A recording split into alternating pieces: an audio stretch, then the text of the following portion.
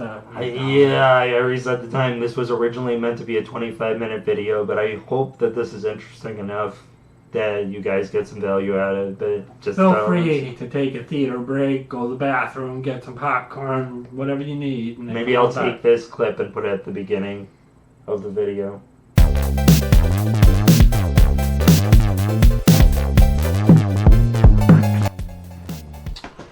Hey everybody, Robbie with True Flame Tech. Today I'm here with my dad, Keith, and we're going to be discussing technology in a generational chat sort of way.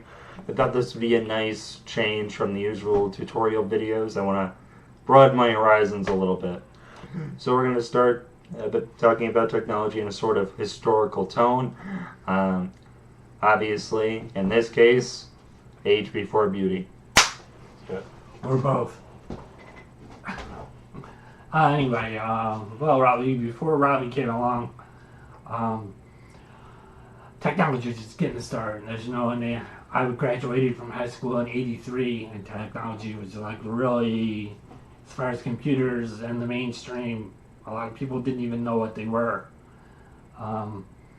Most of it was just video games, Pong and stuff like that, and some really simple things that they could do on, I think it was Apple IICs and stuff like that. The first video game, if I remember correctly, was Pong made on a spectrometer. Oh, really? Well, my family's big investment at the time, and back then things were a lot more expensive for very simple tech. We would just have these Pongs with the paddles. It was actually a lot of fun. Was it Atari wrapper or no? It was just a standalone game. It was a no brand. It was after Atari came out. We couldn't afford Atari. So this was just a standalone Pong game. Oh. Just two little paddles is all you got. The ball going back and forth to the TV screen. But, I mean, you did what you could. My family, my dad was a hard-working man, but didn't make a whole lot of money on his paycheck. But anyway, from there I did take interest in computers. So I took a computer class in my high school. I didn't even know and guess what they were putting in for data capture? Punch cards. Punch cards. Which really would not be computers, I don't think. Can you describe punch cards to us a little bit? Because a lot of my viewership probably doesn't know what a punch card is. Okay, I know what one I'm is. not really old, but these was a few years back. Punch cards were like manila cards that had a series of square, not square, but rectangles punched out of them. I don't really remember much from the class other than... Kind of like Braille, though, right? In a sense. Other than the holes in the punch card going into the machine and it read them, I'm not sure how it worked. Might be an interesting thing to talk about sometime the next time. Well, we'll research it. I'll just give a brief description from what I do know. Before you could input technology or input commands directly into a computer with a keyboard live, you would use punch cards to input information. It works sort of like Braille or Morse code, and you would program computers to spit out data, and it would be kind of a one-time thing. A program was a deck of cards that was often very large, and the most expensive business-grade software that we would sell internationally would actually be huge shipping crates. And there's a funny story about that I heard from an older sysadmin once. They made this program, shipped in a shipping crate. Well, this communist country they were shipping it to it was known that you would have to give a tip to these guards. You would have to bribe them to let your stuff in the country. And when these guards got it at the shipping authority, I think it was China, maybe not, I don't know, they didn't know what the heck these cards were. So what they would do is they would actually just take a couple cards from the deck and use them as playing cards. And this caused a major issue with one software company in America selling one to this other software company in this foreign country. Because the foreign country would say, we got your shipping crate again, and the software does not work. So finally, a programmer who made these punch cards went over with a shipping crate, realized what the guards were doing. He's like, no! We need this. It makes the product work. So the product was unable to work without those lines of code in a few punch cards. So the guards were actually opening up the packages? Yep. to check it, and then they would take their dues. You have to bribe them. So. Interesting. Okay. Well, anyway. After that, I didn't really get into computers much until I took a course in college. And it was a big deal. It's basically taking a course in college on how to use the Mac word processor. And all we did was write stories on it and showed how to backspace and delete and all this stuff, which I guess for those who are stuck with typewriters and hammering out papers, which I actually did for several years in college. I wrote a 12-page research paper on one of them. And then I upgraded to a brother that had a little screen on it, so you get 3 lines of tech. And a funny memory is my wife and I, your mom, had a small apartment on campus, very small. We didn't even have, your crib was in our room, and it was right stuffed in there. And then I'm writing this paper the night before it's due, and this brother typewriter, every time I made a typo, it chirped. Chirp, chirp. So all night long the thing's chirping. It had a typo detector. Well, I typed yes. And it was chirping the heck out of my paper. So I ended up having to move the thing to the other room. Finished the paper, luckily, and was done. But that was a big step up from a manual typewriter because you could see what you were doing, fix your typos before you had to print it all out and then reprint it again after you published typos. But then after that, so the Mac for me was, wow, that is pretty cool. So I didn't actually get my first computer myself because back then, you know, the cost of living was different than it is now. So and this was new technology. So my first computer was a gift to me after I graduated from college. From my family members all took up a collection because I was one of the first people in my larger family to graduate from college. Not the first, just among the first. So they all chipped in, and I was very touched by the fact that they did this. You know, it was harder times back then. Money, lots of people lived check to check. You didn't have vacations and cruises like that were 2 or 3 times a year in a vacation cabin for most families. I'm sure there was plenty of families who still did, but ours did not. So this computer was put together by my brother-in-law's friend in the Army. Huh. So he put it was I believe it was a 286 processor. That sounds right for the era. Yeah, and it was running DOS. Yep. So at that time it's just command line. So I finish, we get it home, and I'm like, ooh, my first computer. And then after I looked at it, even then I was the most savvy in my family as far as technology was. So I immediately knew this was way outdated already. You know, their hearts were in the right places, but they really didn't know what they were getting. So this guy had taken them for a ride, basically. But it was still very touched. It did do word processing and all that, but not very well. Didn't have a GUI. Right. Graphically, no. That I remember. I remember you let me Yeah. use this and we played that game on it, right? Yes, because I upgraded it to 3.1.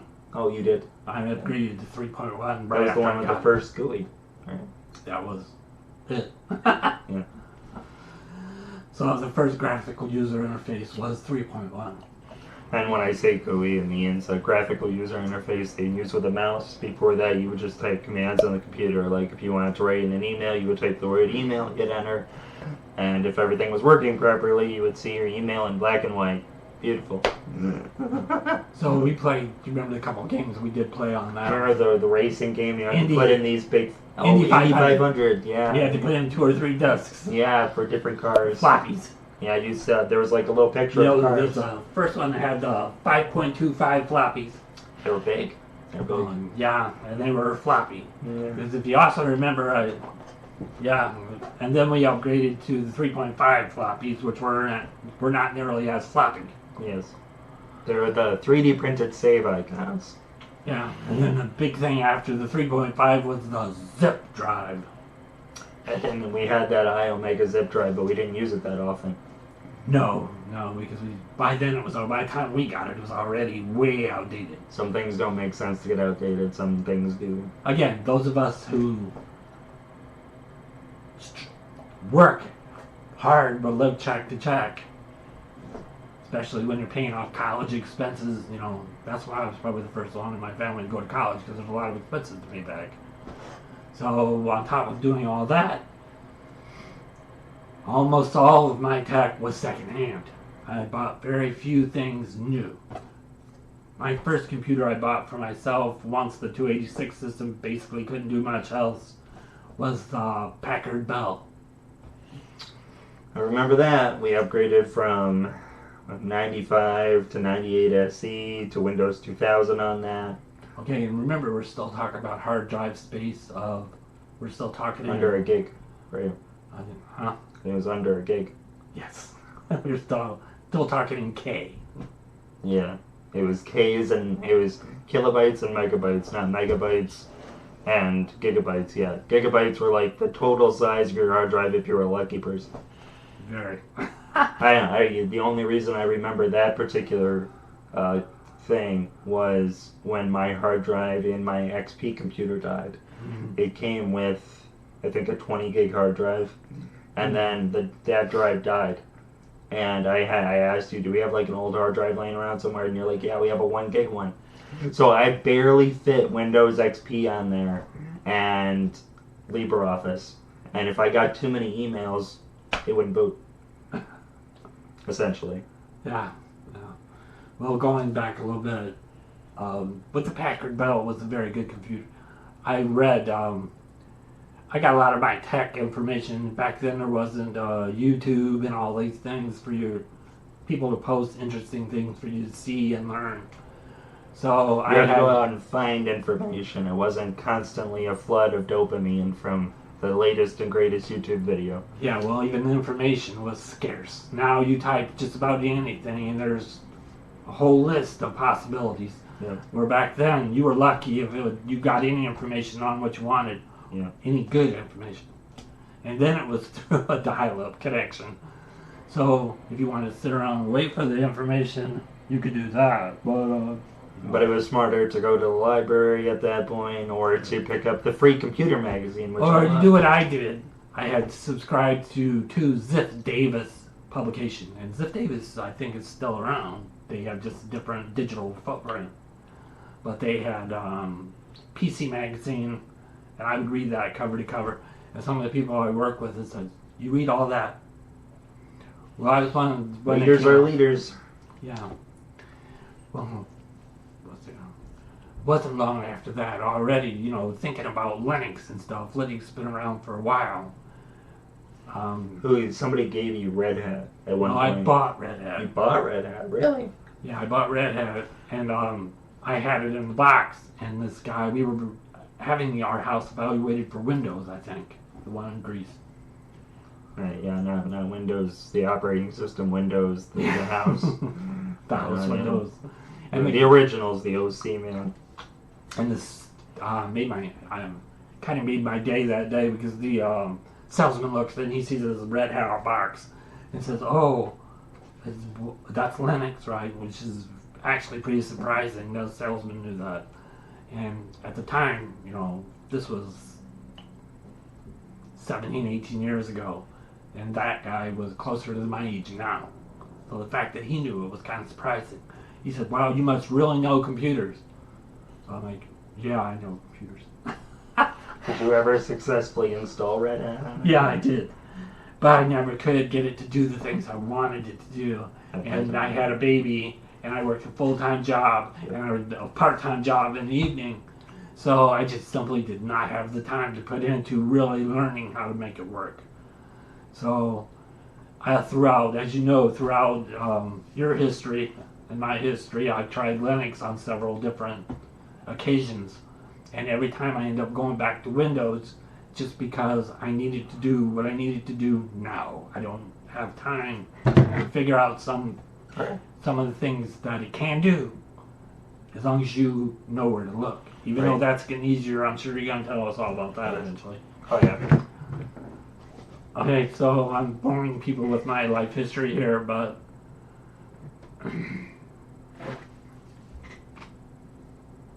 so where were we about? Oh, okay. I finished Well, one good thing about that Packard Bell computer, Everything was good about that Packard Bell computer. It lasted forever. yes, it did last for a while, but it gave me an opportunity. I upgraded it in several ways. I upgraded the software. I upgraded the hardware. I put in cards into it. PCI. Well, not PCI back then. Yes, they were PCI, but not Express. So I could put. So I put in things like cable modem, video card. What else? Don't remember. What I think the fanciest thing that we did with that was, ironically, a USB thing. And USB was kind of new. We had our printer on the top shelf, and we had a KVM switch that could switch which. My computer and Mom's computer back and forth. It was a device with a button, because the wireless printers were business grade stuff only, if they even existed. I wouldn't even say wireless, I should say networked. Wireless wasn't a thing. You pushed a button on this USB device, and the USB device looked like a USB hub, but it was the reverse of a USB hub. It connected to different computers, and you would have one or two devices plugged into it. You pushed a button and a light changed, and the device would be connected to the other computer. That's how we printed between different computers. Yeah, well, speaking of printers, just so you know, I'm really old. You know, we were still cleaning up crap from horses in the street. Well, not quite. But my first printer was an old dot matrix. I remember the dot matrix, and we used the paper as drawing paper when we stopped using the dot matrix. Yeah, well, we used to do banners with it. Yes! That was how useful it was. I actually did one college paper on it. But other than that, it was just simple graphics. Not that you'd remember, but didn't it sound weird? Yeah. I feel like the dot matrix Well, had a I particular, could hear really it high then, pitch so I could sound. hear the. I feel like I remember going like tons of vibrates noises. It's not the dot matrix. No. No, it's just a. Yeah, that little ball. Yeah. And then it would get fade out because it was using ribbon. I remember that. I remember. The big ribbon cartridge go clunk, and then the little feed through. Yeah. It's not what technology you have, it's what you do with it. Right. Well, we made a nice thing about the paper. It was pretty sturdy, so it made some nice airplanes that you guys flew around a lot. Yeah. I love paper airplanes. Yeah, I have to mix up the job. But so anyway, that lasted a little while, and then we went inkjet. First it was just black and white inkjet, then it was color inkjet. And you got a Canon bubble jet, which was our favorite ever. That thing worked really well. Which was like, oh, you want paper? Okay. Yep, it's done. Yeah. Picture? That'll be an extra 2.5 seconds. And you're like, what? Well, Unfortunately, not all of our Canons we've owned over the time worked that well. But unfortunately, that one also bellied up after a while, too. I have my brother printer there that I got at a thrift store, business grade one, probably retailed at like $350, and that's my favorite printer now. Yeah. It works just about as good as that bubble jet. Yeah. Well, thanks to the internet and Chinese knockoff inks and stuff, it doesn't cost an arm and a leg to print stuff. I spent like $15 on that printer. It came with ink, and I spend $15 every 6 months for more ink. Black or black and All color. of them. You have to. One thing about It's one individual Canon I cartridge. had, individual for the colors. Oh, really? Because we had a Canon that did that. That was nice. So you weren't throwing out the cartridge because you ran out of one color. Yeah, it's individual cartridges, and they're dirt cheap. Oh, okay. You can get them off eBay or Amazon usually. Yeah. Well, I even tried. They used to also have the option where you could get these things full of ink, and you would charge them yourself. Oh, that's. I did that once. Big mess, huh? Threw it all away. Oh boy. It was a mess. Oh, I remember it came with a syringe, and you had to like stab the little sucker. Yes. And I saw that, and I was And like, ew! They get filled right half the time. You get bubbles in there and stuff. It was a joke. Oh, well, I had seen somebody had rigged it up so they had the tubes going inside. That was funny. But yeah, I would never recommend that to anybody. So anyway, we went from those printers. The Packard Bell again was a very nice computer for what it did. It was an opportunity. I know Packard Bell is woo, he's got a Packard Bell. No. But for me, somebody who read Zip Days, PC Magazine, and other technology things, it was nice to have a computer that you felt comfortable. And there was forums online. There was one guy that I followed all the time. He was always recommending different upgrades and stuff. And so there was a little Packard Bell forum for people who were upgrading. Was And it that simple enough terms for somebody like me who didn't actually take courses? was that Dvorak? Was that the guy you were following? No. He was very popular. No, this wasn't anybody who was, he basically, I remember one of his posts, somebody complained about something that he said, and he said, look, this is just a hobby for me. He said, I can post stuff up here about politics or religion, but I like doing this, and so I'm doing it. Nobody says you have to be here. Which I agreed with that totally, and I appreciated his input. And all the recommendations that he gave that I did worked flawlessly. So we went from that Packard Bell computer is the one you stuck that. What'd you put in the drive? You stuck something in the 3.5 drive. Oh, toast. It looked like a toaster. How'd you get it in that little slot? I shoved it in. Yeah, I guess. Wait. Been good. We went from Packard Bell to that? What No, was that that? was A Packard- compact? That was Packard Bell. Oh yeah, I was gonna say. Because I went from the Packard Bell, the next computer in this history lesson of computers and people who live on the edge, was a The compact. HP. Yeah. It was the HP laptop. Oh. The blue oh one. yeah, with Blue Windows 2000. It was kind of grayish. But, No, it was dark blue. oh really? Is that it? I Oh, gave you're it to right. you. You're right. I gave it was to you dark blue. eventually after it was no longer useful. Yeah, I remember. But I had that Kodak camera. It was the same color. Oh. Sit on top of it. Yeah. So we could video chat.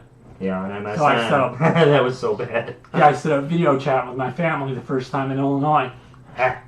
Well, it wasn't quite that bad. At times it was. It was very commonly like that. Well, luckily we had by then invested in cable. So we had cable modem a few years before that. But up to that point, it was all done. 14.4 was, woo, this is blazing over the first, and then I think it went to 27 something. And then it was cable modem. And now they're fiber optics. So I don't know where we're going to be in the end. Almost certainly 5G. I think it's gonna where all the wires underground are gonna be made obsolete by 5G point to point. I just wish we had more options, especially in most areas you only have one option of a decent speed. Yeah. And even here we have 1.5 options, I think. I think Frontier merged Yeah. with another company to start doing fiber. I could be wrong. Well, we have another fiber optics company coming in, but they're very, very slow migration.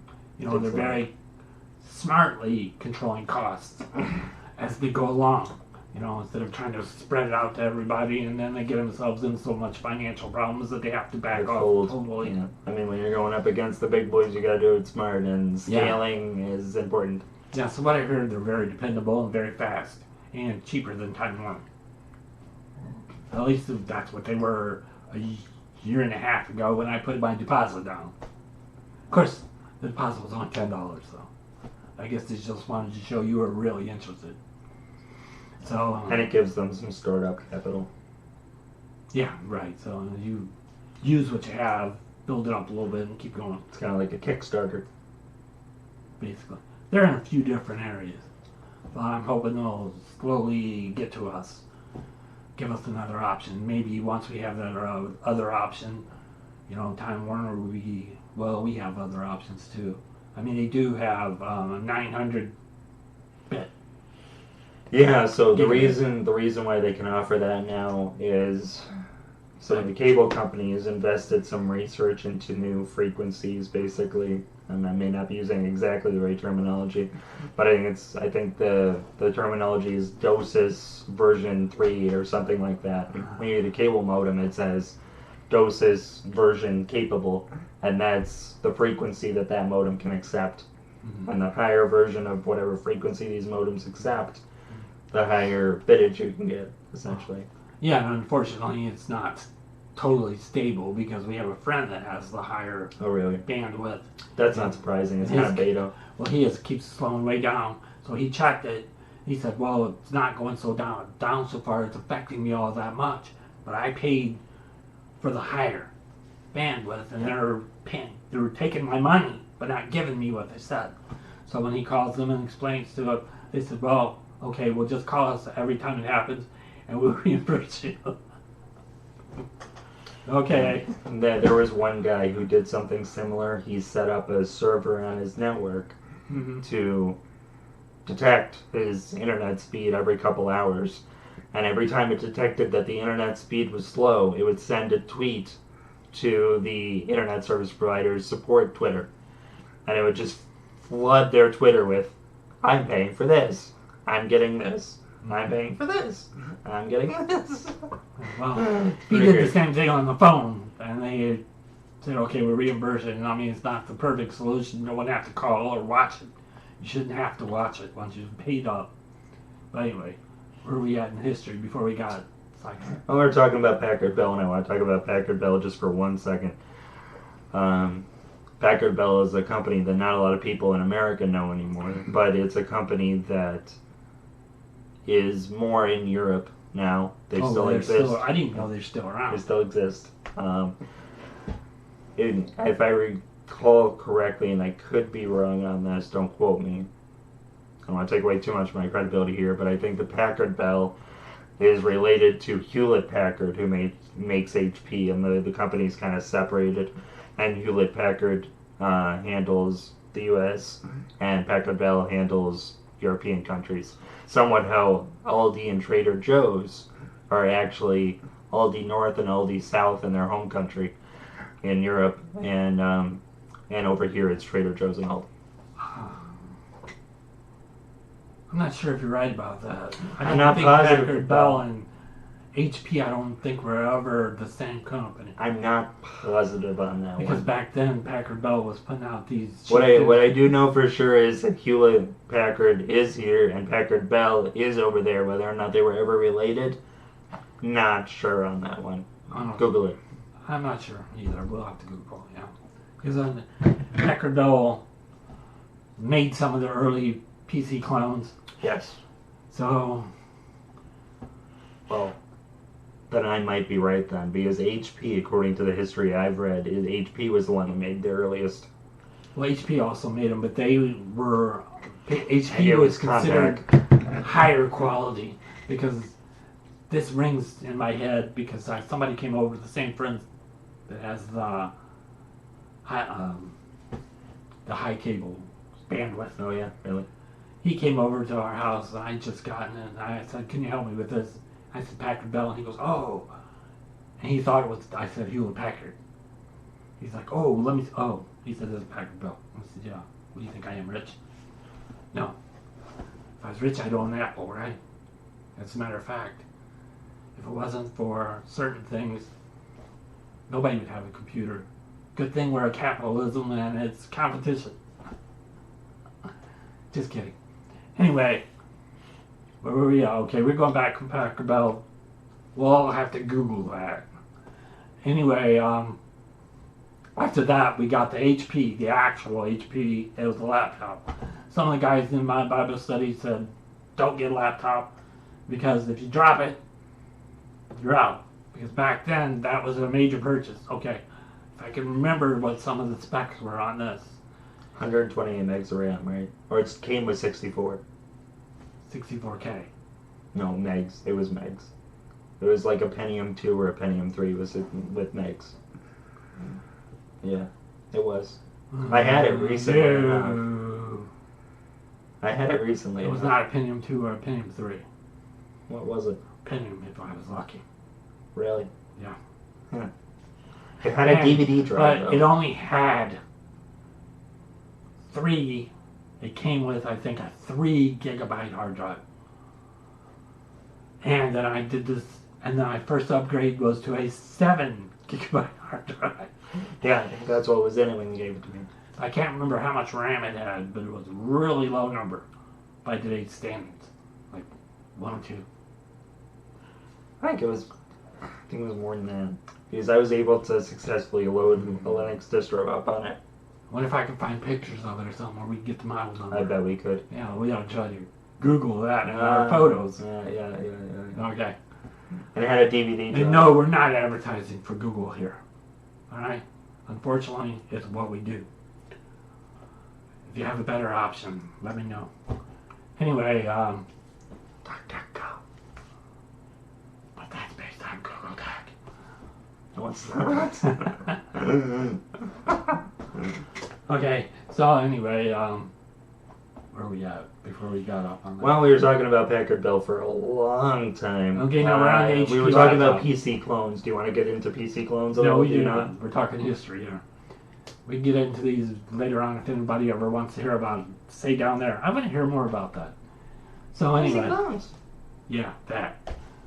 I was talking about the Hewlett Packard laptop Right. and how little it had. So Came back, with Windows ME. yes, it did. I thought it was Windows 2000. No, and then we got that from our other friend, remember? Oh no, I'm thinking of I had Office 2000 I got from work. Right. Yeah, they let me use But it. it came with ME. That caused it to melt itself. We had to send it in. Oh yeah, that's true. Yeah. If you guys think Vista and 10 is bad, Windows ME had some notorious overheating issues and lack of fan control. So the fans would never spin up, and the computer would literally melt itself. Yeah. It's fun. So if you smell smoke, it's probably your laptop. Mm-hmm. That So- reminds me, there used to be an error that came up on printers. Well, It said, error, you used to hit print, and it says, it'll come up on your computer. Warning, printer is on fire. That was a real thing that used to happen. I know that. But anyway, with this one, we actually sent it off, and I had an RMA number that I taped to the top of it. And we never took it We never off. took it off. We were waiting for another problem, so we'd have to send it back. We already got the number. But we ended up getting Windows 2000 Pro from a friend, and that fixed all our problems. And Windows 2000 Pro is second only to XP in its legendary stability. It was fantastic. And then that computer, I did upgrade to Windows XP just before I stopped using it. It struggled with it a little bit. It's actually not too bad. I don't know. I don't remember that. Yeah, this was towards the end of its life for me. But Huh. at the time, in order to, again, all these things are really expensive. The 7 gigabyte drive that I bought was like $50 or more. I can't even remember. But it was an investment. Yeah. You know, I mean, right now you go online, you can get a 50 gigabyte, 100 gigabyte hard drive for what? An SSD right now. A 120 gigabyte SSD is It's $20. under $20. Yeah. Yeah, so, back then it was an investment. Now it's just pocket change. Yep. So And we that's went, an SSD, which is a lot faster. yeah, well, back then they didn't have SSDs yet. So I actually started getting into video editing. Now, you remember the specs we talked about. Lucky for me, back then cameras didn't have high very resolution. Or you would have been one project a year. So, but I did have pictures and stuff that took up way more than I had on my 7 gigabyte hard drive in a very short amount of time. Yep. So what I did was, if you remember, was got those USB hard drive enclosures. Yes, I remember that. I remember that white, gigantic one. USB I still one. have them downstairs. Oh, So we'll have to show that in this video someplace. We can insert a picture of it. But I had 2 of them. One of them I had a DVD drive in. I'm not even sure if it was a writer back then. I had a CD writer on the laptop. And I had the DVD drive in there so we can actually watch movies. Well, no, the laptop had a DVD player and a CD writer. Okay, so I had a. You had an external DVD writer at some point, yeah. That must have been a DVD writer. Yep. And I remember that when I saw your DVD writer, I was like, "Wow, Yeah. you can make things that play on TV." Yeah. But then I had them stacked in that armoire with my little workspace and stuff. Jammed. Well, just so you know, I started off put my computer desk in a office or bedroom, and then, you know, when you work all day, they're a job and a half, and you have little time with your families, you have little kids and stuff, you want to be with them, but at the same time you're trying to find a way to bring in more income to make things better for your family and stuff like that, but you're also losing time with your family while you're doing it. So my wife and I talked about it, and I moved my computer desk into the dining room. So then I can be with the family, I can stop, turn around, bring the kids over, hey, look at this. And we did. Yes. You did. I remember you were doing bills on there all the time. And we did a lot of eBay stuff. You taught me a ton about eBay. That's like such a deeply ingrained part of my history is eBay. Yeah, well, our computers and our technology experience together was not all just PCs. We also had visors. There were PDAs, pocket digital assistants, and personal digital assistants, and they predated smartphones. They had the form factor of a smartphone, but with grayscale screens, kind of like a Nook, or something, or a Kindle. The later models of the visor actually had color. I had They color did one have for a color. while. It was very, I think it was 24-bit color or something. Yeah, but they were also very 16-bit. fragile because they were not Gorilla Glass. They were No. glass. They were glass. They were once and done. Yeah, very small screens too, relatively speaking. Yeah. Because a big portion of the screen had the touchpad type writing surface. Well, I actually pretty sure I still have some of those downstairs in storage. We'll have to pull those out do. to plug into this video. We do. Yeah, that'd be kind of cool. And then we also had The first smartphones. Compaq. Oh yeah. And my first Compaq. HP. You had You had the HP iPac. iPac, and I had the Compaq. No, I had the iPac. You had the. No, I had an iPac briefly, Okay. and then I sold it and I got a Trio because I preferred Palm OS over Right. Windows. Oh, Palm OS. That was actually a very nice, easy user interface. It was very stable. So I had one of these Windows PDAs, but then I'm like, you know what? I'd rather have a smartphone with. And I say smartphone before anybody knew what a smartphone was. Smarter than a regular phone. Smarter than a regular phone. This was before iPhones or Android or anything. Very simple, stylus-based touchscreen display. Using your fingers was a no-no. You could use your nail in a pinch. I think at that time I didn't trim one of my nails as much just so I could. And we were reading ebooks before people knew what ebooks were for the most part. Oh yeah, we used to read them a lot. You know, going to the Gutenberg project. Yep. You could download, which was very nice. I very appreciate all those people putting the time into digitizing those books and putting them out there for us all to read. Yeah, those are public domain books, and that website is still active. I think it's Gutenberg.org, but you might want to just Google Gutenberg ebook project just to make sure. But they distribute their books in all sorts of formats now, tons of options. Yeah, EPUB was very popular because it's small size. They still offer that, I think. Oh, really? I think Kindles actually can read EPUBs. Oh, okay. Well, we used programs to read these that probably most people never heard of. I remember I actually used the Notes app. Oh, really? That just made sense. What I did was I copy and pasted entire books into the Palm Assistant app and the Palm Sync, and I would sync it to my notes. And I would just scroll through the notes. Oh. I never did anything like that. I downloaded the ones that could read, which were EPUB, but before that, what was the mean? Oh, just text.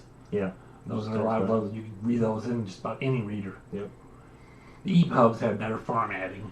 Oh, by far. Yeah. But, so that was a part of our experience together, too. I bought him his first really nice PDA for Christmas. That was the HP. No, you got me a Palm Visor Neo first. Yes. And, Yeah, that. But I'm. And then you eventually got me the HP iPack, which I sold on eBay almost immediately, and I got the Trio. Well, the fun thing about that iPack was one of the features he liked a lot. He liked to. People didn't know back then that a lot of these things could be done, where you had an IR. He had an IR blaster on it, and we would be standing in lines at a restaurant and stuff, and he'd find the programming for their TV and turn it off. I'll change the channel. I remember I did that at church. I did it at like Bill Gray's, a restaurant down here. I like didn't like what was on TV once, and I was like, and you saw like everybody in the room be like, "Who changed the channel?" And I was just, I guess that soap opera is now SpongeBob.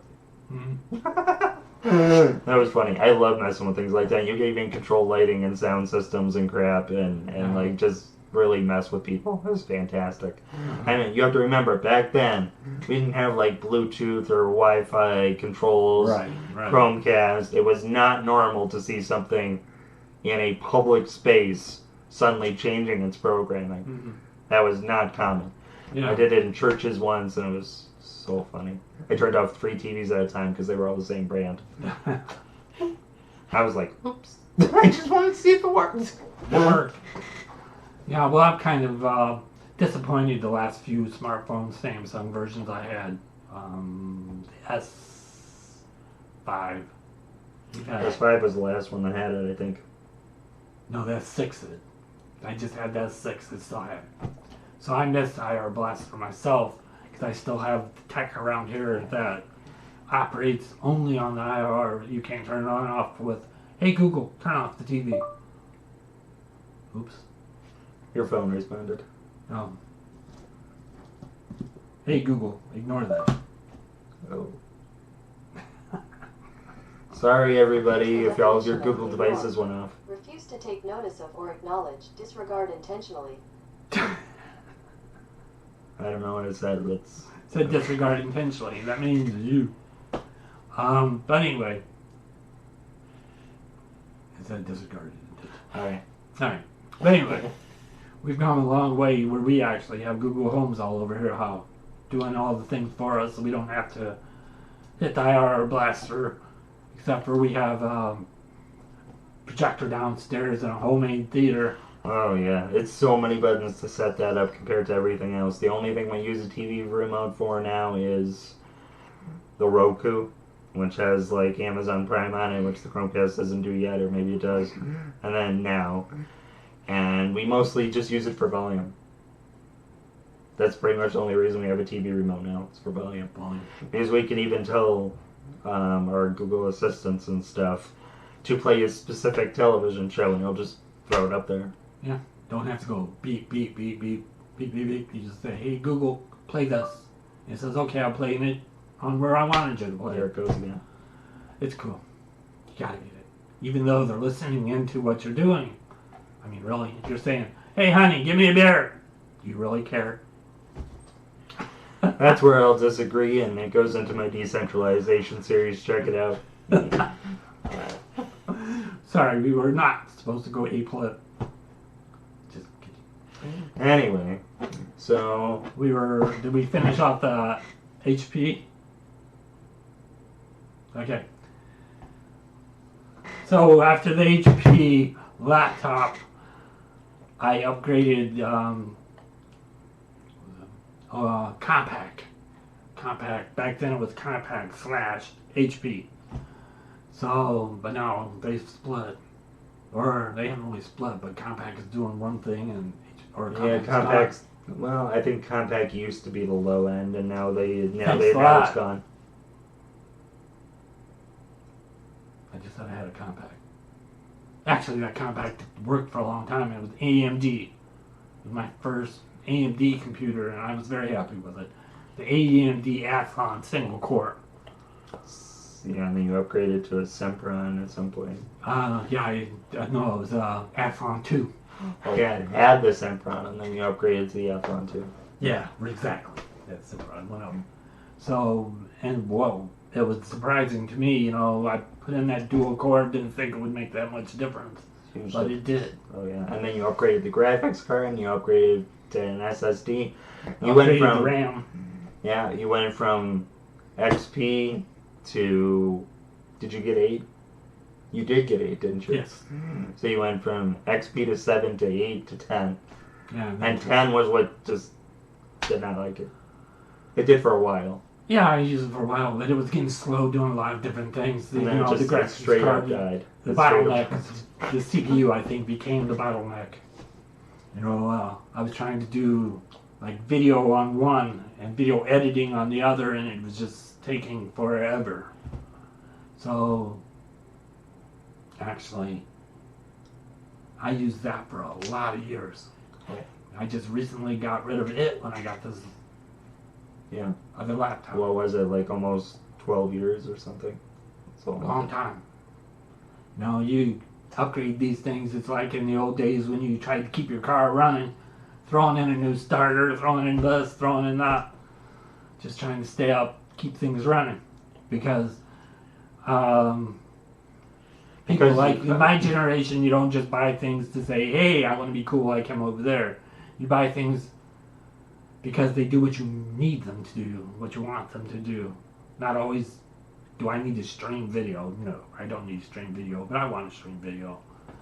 So I got a computer that could handle it and handle me surfing the internet and stuff like that, answering emails, and the laptop you got for me does all that. And I got a bargain basement price on it, so it does everything I want. Robbie's been trying to get me to upgrade that. It's something a little bit better, but I just can't bring myself to spend money on something I know I don't need. So until I need it, I'll stick with what I got. And the differences between generations of technology for most people are so minimal, it's not even funny. There's a good chance you won't even notice the difference between an iPhone 3 years ago and an iPhone today. From a computer today and a computer 3 years ago, and you're not going to notice a big difference unless you're doing high-end tasks like video rendering, CAD, computer-assisted drawing, video games. Those are the only times that you'll notice the big difference. And most of the time, if you get something that was high-end at the time, it will last for a very long time. That's actually a good point if you think about Apple products these days. They're kind of disposable. You can't upgrade them almost at all, except for the brand new Mac Pro, which is a nice feat of engineering, but over expensive for what it does.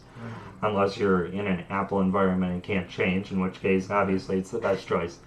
A lot But, of these yeah. PC clones throughout the years helped us all grow in our knowledge base and how the tech works. Not everybody wants to know. They just want to sit down and have it do what they want it to do. But there are those of us who want to dig deeper and say, hey, how's it doing what it's doing? Or how can I make it better? Or what can I do with this thing? Right, exactly. Can I make it do, I'd like to do this. Can this do it for me? And most of the time, the answer is yes. Generally. And if you got the money, it can be done. Well, Pretty much. Robbie helped his little brother recently build a computer. The first one of us to build it. I always wanted to build my own, but never got a chance. Too much cost, not enough time. So they use a Ryzen 7, AMD Ryzen 7, and that'll be a whole other one. But he does for him, it was worth it because he does music editing. And that's we're talking professional music editing. And he does a really good job. You have to check out his YouTube channel. That's Noah Pence Music. You can type it into YouTube search bar. Yeah. So, and I'm proud of both of you for constantly trying to learn new things, not just sitting on your haunches and waiting for life to happen. Go out there and make it happen around you. That's it. I take it by the horns. So, I is it we my wrapped turn up. then? Is it my turn then? Or am I going to talk about my technology history a little? Or Okay, I thought we were kind of going like this. But, yeah, go ahead. Well, I guess I'll pick up at the beginning for me was my first computer that I actually purchased myself. I saved up money for and we got it on eBay for I think $300. Was a eMachine C2160. Wait a minute. Huh? That's not the one you bought for yourself. That's the one that me and Dean bought for you. Your first computer, me and your Uncle Dean, I said I have half the money now. Or When I get the rest, he said, I'll chip in. oh, we did. Is that what happened? So we bought, me and Uncle Dean bought you your first Easy Machines You computer. machines. I didn't know that. I thought I saved it up and then you gave half or something. I don't know. Oh, that's what it was. Yeah, I told him I would save half and you'd save half. And then Uncle Dean gave you the rest of what you needed. Oh, was that what happened? Yeah. I remember that. So you did. You contributed. We got that on remember, eBay. these are long ago memories. Yeah, I'm it's sorry long ago. for It's the gray areas. But yeah, it was an eMachine C2160. I think it had 512 megabytes of RAM, which was a lot at the time. I was so excited because you were the first one in the house to get an XP computer, and then I had one. Something along the lines of that. And I loved the pretty blue bar at the bottom, and then you were modern and cool. And I got XP on that, and I had an AMD Athlon XP, I think. And I experimented with that a lot, and I learned a lot. I taught myself HTML and CSS a little bit. Yeah, On that. most of your experimentation wasn't as much the hardware as it was the software. And I think you thought you bricked it like 3 different times because put new software and tweak this, tweak that. It won't work. Right. So, speaking of that, there was a time when my computer started getting really slow. Now, in the XP era and before, it was kind of granted that if you used your computer a lot, then you would have to wipe Windows every so often. Just clean it all and start fresh. Once in a while, it was just necessary. Well, when I went to use my recovery disks to do that, once I found they were very scratched. And I thought, well, maybe that's why my computer's going slow. But I used them anyway. It booted up okay, but it was just slow and didn't feel right. So I called up eMachine/Gateway, where I ended up working one day, probably the same very department that I started working like 5 years later. And they sent me the new disks, and I used that, and it still didn't work very well. And I realized around that time, a little later, that it was the hard drive failing. But at that time, I was like, okay, these disks aren't working. I'm just going to figure out something else. I figured the disks they sent me were bad. So I got on your HP laptop, the Windows 2000 Pro one, and I typed into Google, free OS. And that changed my life. Because I thought, I don't know what I was thinking was going to happen. I thought you could download XP maybe somehow and put it on a disk. I did not expect what I When you got found. Ubuntu, Yep. we all got Ubuntu on those discs. Yes. So, I just deleted my password and stuff from RoboForm for Ubuntu. well, anyway, I found Ubuntu, and it was something else. It opened me up to just all the technology that I've learned now. When you grow up in this proprietary technology world, you tend to think everything has a cost. Everything is expensive, and yes, in real life, that is generally the case. But in the free and open source software community, everybody's pooling together their time and resources, and probably even more importantly, to an extent, corporations are finding value in this software, so they're contributing to it. The software I'm recording on right now is OBS Studio. It's used by everyone in the recording industry that has to do with video. It's used for television programs now, and it's free and open source software. And major companies like Logitech and even their competitor XSplit and some other companies are donating to the OBS project because everybody gets value from free and open source software. So that opened me up to software like the GIMP, which is an excellent photo editing app. And I watched a video podcast series. Before YouTube was a big thing, we had video podcasts. The funny thing about GIMP, when you first came out, he was showing me this. You know, he started learning a lot on these open source things, but I was always, Windows does what I wanted to do, so I'm just going to stick with it. But, so a lot of my videos always been made in Movie Maker. Because it was part of Windows, it was easy to use, I knew how to use it. That's why it's hard to transition, although I have tried. I have tried GIMP, but... Well, GIMP is for photos. Oh, what's the other one? They had video editing software. I don't know, tried I've once. recommended a lot to you over the years. Probably Shotcut at one point. Okay, I don't remember what it was, but I just couldn't get it. Maybe Cinelaire. Yeah. So anyway, a lot of us older people that are we use Windows at work and stuff like that every day, so it's very hard to switch. When there's a learning curve to things, it can be prohibitive. But if you there's just certain times where we're like, wow, I need this thing to do this, and then free and open source software can fill the gap, and sometimes there's proprietary software. You use whatever you need to use to get a job done. But in my case, it led a lot. It opened my mind up to a lot of education, because free and open source software community is very open about how things work. They're very open about, oh, you need this, here, let's make it happen. They're very open about helping each other. It's just really cool. So I was able to learn a lot about things because everything Windows doesn't run in the software world is typically run on Linux. Google's own software and their servers, you use Linux every day whether you know it or not. Google's own servers, Apple's servers, which are actually Google servers, which is fun. Everything from your streetlights to your Tesla. Your Tesla is actually running Ubuntu Linux for its self-driving features, things like that. It's everywhere, and if you can learn Linux, you can learn anything. That's really what it comes down to. But anyway, I put Linux on my computer when I downloaded when I looked up free operating system, and I liked it. It was interesting, but it didn't do something or another, and I ended up trying to remove it. And in the process of attempting to remove it, because you don't remove an operating system, that's not what you do. It's you wipe over it with the one you end up wanting. I did not know this, and I lost priceless family photos. So that's a sad thing. Well, you lost photos of me, so no big loss. Actually, of your dad. But and it was kind of sad because I gave it to some older friends who knew more about technology than I do, and they didn't know how to recover that data. Today, I know how to recover that data, and it's a kind of a common error for people who get into Linux for the first time, and it's sad that we lost that in a way that I know how to easily fix today.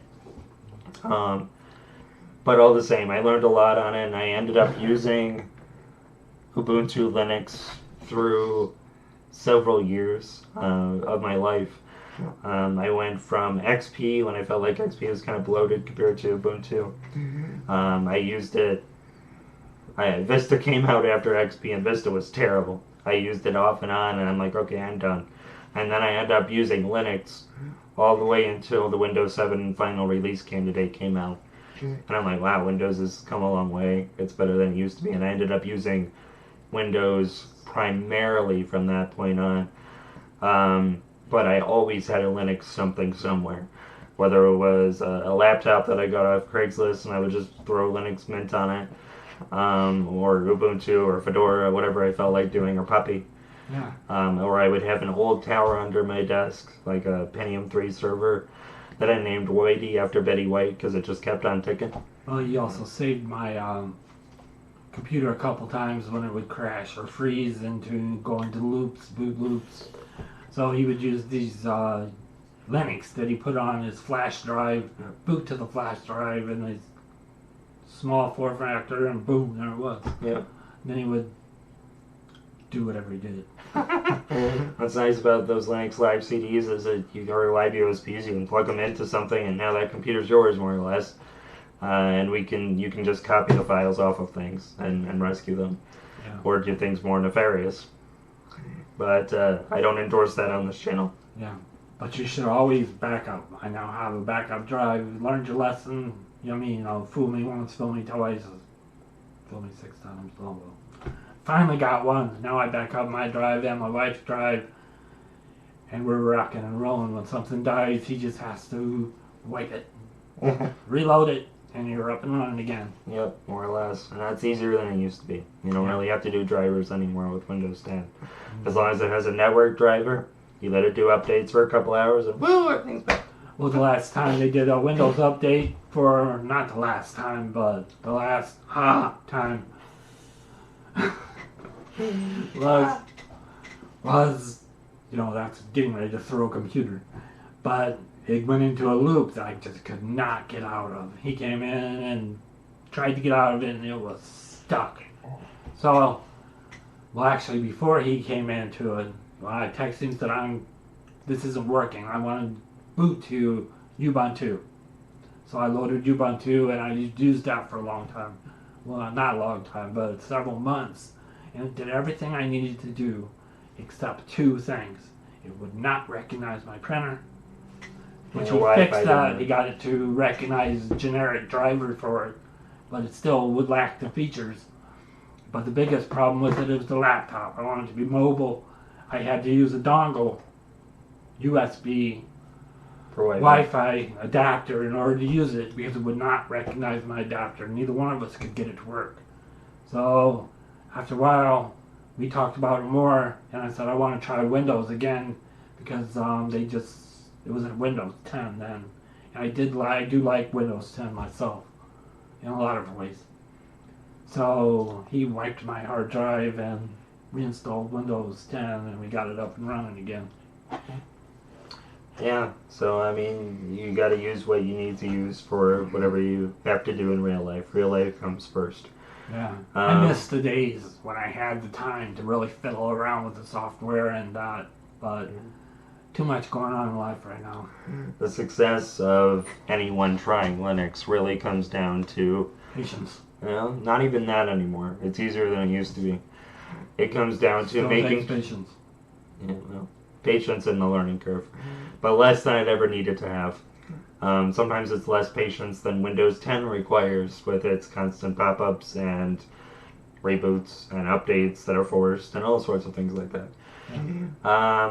But anyway, a lot of your Linux success is going to come down to, is my hardware compatible? Which you can just test Linux without installing it really easily. Hold on. This is supposed to be generational history. I think we're getting off into tutorial. So We'll save that for another time. maybe. You told me to keep you in check. Did You're I? supposed to keep me in check too. I Okay. just didn't need it. All right. Check. So yeah, where was I? I got the eMachine C2160. I put Linux on it. Used that for a long time. I ended up selling all of my computers except for an Asus EEE PC, a little Atom-powered netbook, and I saved my money with this little like $100 netbook that I got off Craigslist or when I got it. And I just saved my money and used only this thing and a Pentium 3 desktop, an IBM ThinkCenter or ThinkVista that I got from a friend. And with this $150 worth of computer, I just used that for a year while I saved money. And then I had a friend build a computer for me, and he Skyped the entire build of the process, and I watched him build it. And then he delivered it, and that was a fun time. And he built it, and he got Windows Vista Business on it, because he got business for free from this Microsoft event for watching one of their seminars. And I put Linux on that pretty quick because it was bad, man. It still was bad. It was terrible. Yeah, it was sad. But anyway, and then when Windows 7 release came out, I used that primarily. But like I said, I always had a Linux device. In fact, every once in a while, I'll dig through my stuff, and I will find an old computer that I forgot I had. I boot it up, and there's Linux Mint, which is funny. Okay.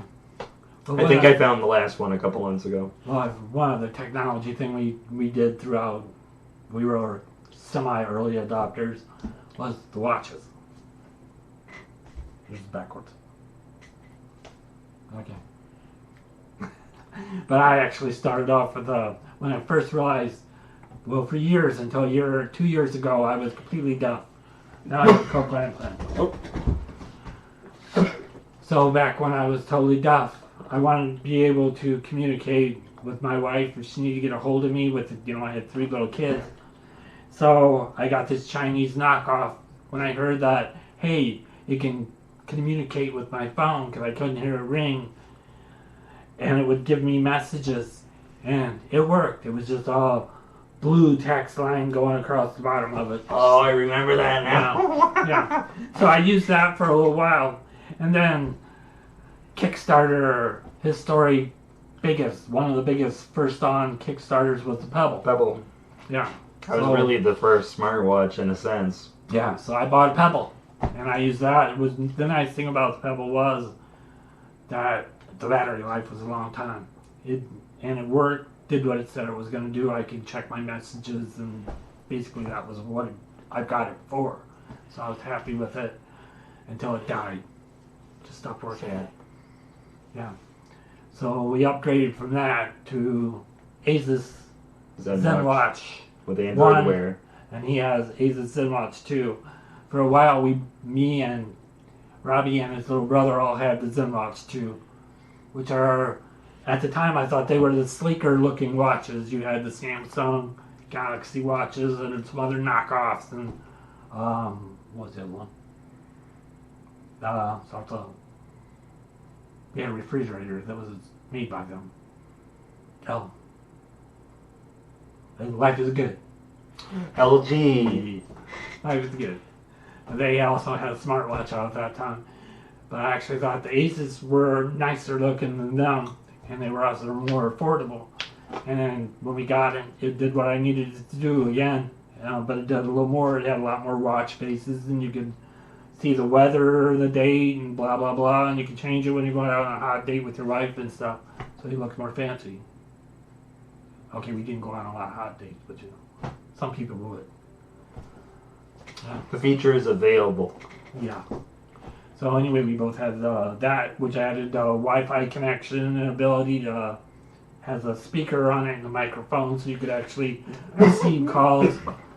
Which, being deaf, I did not do that, but it did retrieve my text messages very quickly, and I could send quick responses with my watch, which is very cool because I'm a microbiologist and we're not supposed to have tech and stuff in there that have your hands on or in your hands when you're working. So I could just flip my watch around. Yeah, I'll be home today. Right. Okay. Yeah, and I just thought I'd throw that at the end. that's alright.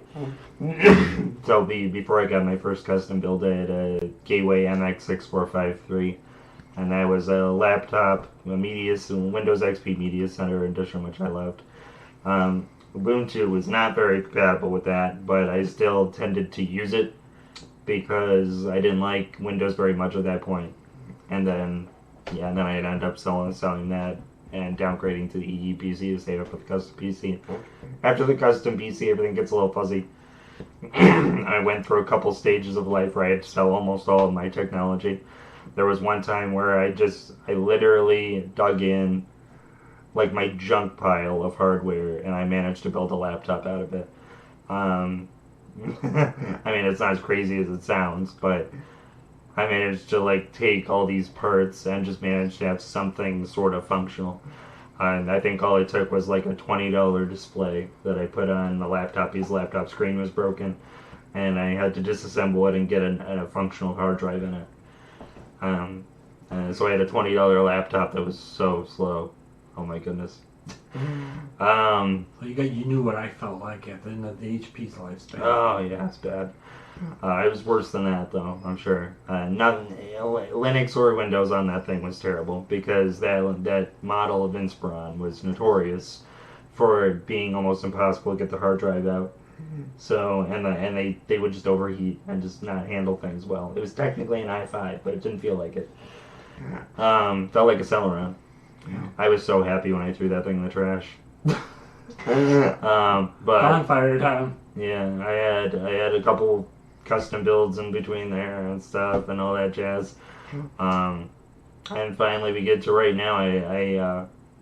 There were iPhones and iPod Touches and MacBooks and MacBook Pros and iMacs and Power Macs.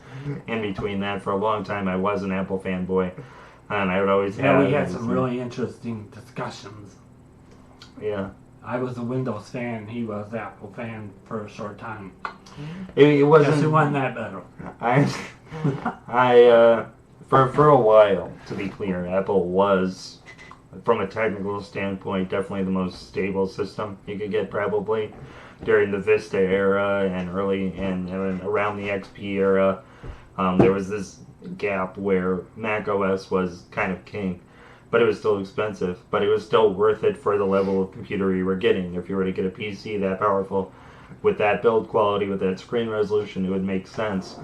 Now, unfortunately, that is definitely not the case.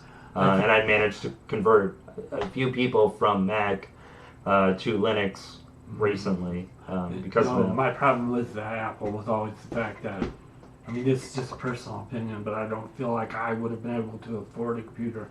And a lot of people I know would not have been able to afford a computer if our only option had been Apple.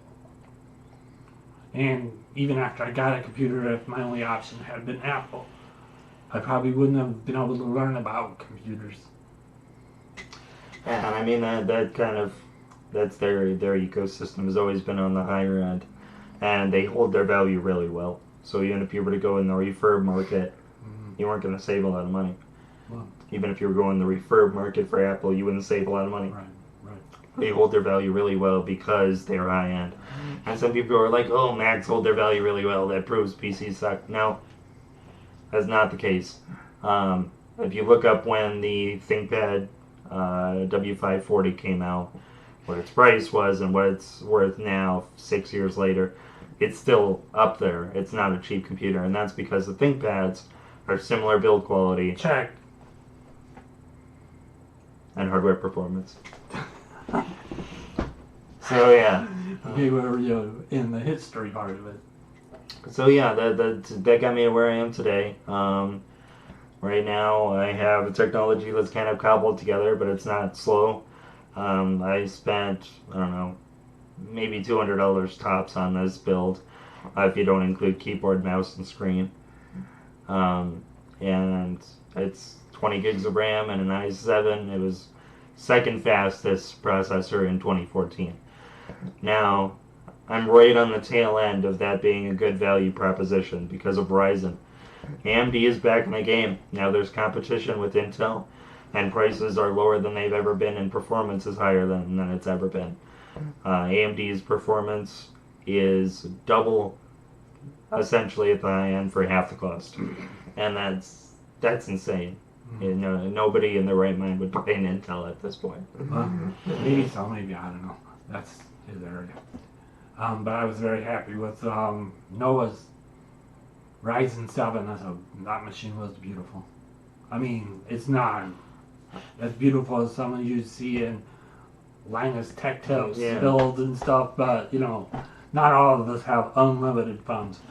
Yep. But in my own laptop, you know, another point being with computers and stuff, it's not all just about the operating system and the RAM and how fast your computer is. Because my computer that I'm using now and have been using for 2 years, if I had that, Robbie got me, I liked, I had, what was the computer I had before that? I had the Twist. It was HP EliteBook. Oh, okay. Well, so he got me a ThinkPad Twist, because I like, when I'm typing around, hey honey, look at this. Very cool feature.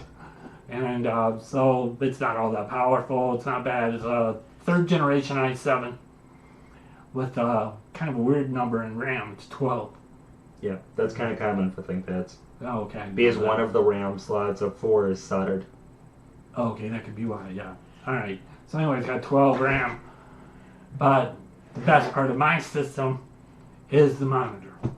I have an Acer touchscreen 27-inch monitor that, as far as tech goes, it's one of my favorite things. I love the touchscreen. It's very responsive. It's got all kinds of ports if I need them, USB 3, HDMI. It's nice, clear. It's not really high resolution, but when I'm watching a movie on it or something, and you know, when you're watching a movie on your computer, you're about this close to it, so it's like, wow, theater. And it's Still 1080p. Yeah. Still 1080p. It's not that bad. Okay, yeah. So it looks good. I'm very happy with it, and I got it on a deal. Oh, I forgot about my Surface. Yeah, you did forget about your Surface. I got an eBay deal on a Surface, a used Surface 2. Every once in a while, if you're on eBay or Craigslist, if you know your technology, you can get insane deals. I very rarely spend more than $250 on any piece of technology. And I'm rocking high-end devices across the board that are only a few years old. Well, lucky for us, you know, at the beginning of all this, I said there's us who can't afford a lot. So we buy when we really need to buy something. Lucky for us, there's people out there that just love upgrading, and they get rid of what they had So I got this Surface 2 and this beautiful monitor as a package deal from the seller. And he actually left all of his personal pictures and stuff on the thing. So I contacted back, said, "You want these, or what do you want me to do with them? Just wipe them?" Put on an SD card. He left the SD card in there, didn't he? No, it was on the hard drive. Oh, really? I Wow. left them on the hard drive. So he said, "Oh, just go ahead and wipe it out." So I got rid of all of his. Was nothing big, or I guess, you know, I just bought, family mhm. vacation pictures, what he said, so I just deleted them all out for him. I remember once for my brother, he had a terrible, very slow compact laptop he got on some Black Friday sale. By the way, Black Friday sales are almost never worth it. Avoid. I actually bought that off of him so he could get a better computer. Talk about Adrian's compact. It was the compact laptop. Yeah, Right. I had it for a short time. Well, what I ended up doing was I found while I was at college, I went on eBay right after I finished a paper. I was really tired, but I just wanted to do something for myself instead of a paper. So I go on eBay for a second, go type in desktop PC, maybe gaming PC. Type in gaming PC, sort low to high. And there was a Gateway multimedia desktop, like it was almost gaming level. And it says, as is, broken. And I looked at it, I'm like, somebody got this in like one of those storage unit deals and he has no idea what it is. Sure enough, the only problem with this was part of the casing on top of the tower was cracking off. That was the only problem. I plug it in, power it up, bang. And I was like, nice. I gave it to the kids. It worked great for years. Yeah, really loved It it. was pretty high end. I think it was a pretty decent Core 2 Duo. Yeah, so you can get great deals if you know what you're looking for. If you don't really know what you're looking for, And here's a tip on eBay: shop early in the morning. it helps. I would get my best deals when I was up early in the morning getting ready for work. I work 7 o'clock in the morning. So I'm up at 6 o'clock. Oh, cool. Bye. Sort by new and accept offers. Because if somebody gets an offer when they just posted it, they want to get it out of their hands already if they're a private seller. They're just like, get this out of my hands. Oh, I already got an offer. It's a little less than I wanted, but ship it. And I get stuff like that all the time. It's a great deal. Okay, well, I think we should probably wrap it up since our timer's been down and reset. I reset the time. This was originally meant to be a 25-minute video, but I hope that this is interesting enough that you guys get some value out of it. Just Feel free to take a theater break, go to the bathroom, get some popcorn, whatever you need. And then Maybe come I'll back. take this clip and put it at the beginning of the video because it was meant to be 25 minutes, and it's too late to tell them that it's break Oh, time. pre-warning. That's a good idea. Yeah, I'm gonna take this clip. I'm gonna put it at the beginning of the video, and it'll just be a. So funny we're giving video. you a post video for a pre-warning. I actually kind of wanted to do that, so it works out. But yeah, we originally wanted this to be 25 minutes, but he kept talking. I knew I was going to get to talk. Okay. So I just kept adding minutes to a little phone timer. And I Over even here. checked him a couple times, and you know I did. And we're at 1 hour and 17 minutes already. Holy. We're sorry. Yeah. Sort of. Well, I hope you liked the video. If you do need a computer, I partnered with my friend JD at Integrity Computers, and he can get you computers that are affordable and high-end, and they're going to last you. Typically, my favorite, the ThinkPad. If you need a computer that's Linux compatible, they can help you out with that. If you want a refurbished Mac for less than you could get anywhere else and upgrade it to very good performance per dollar, check out integritycomputers.org. Link in the description down below. Thanks, everybody. Check you next time.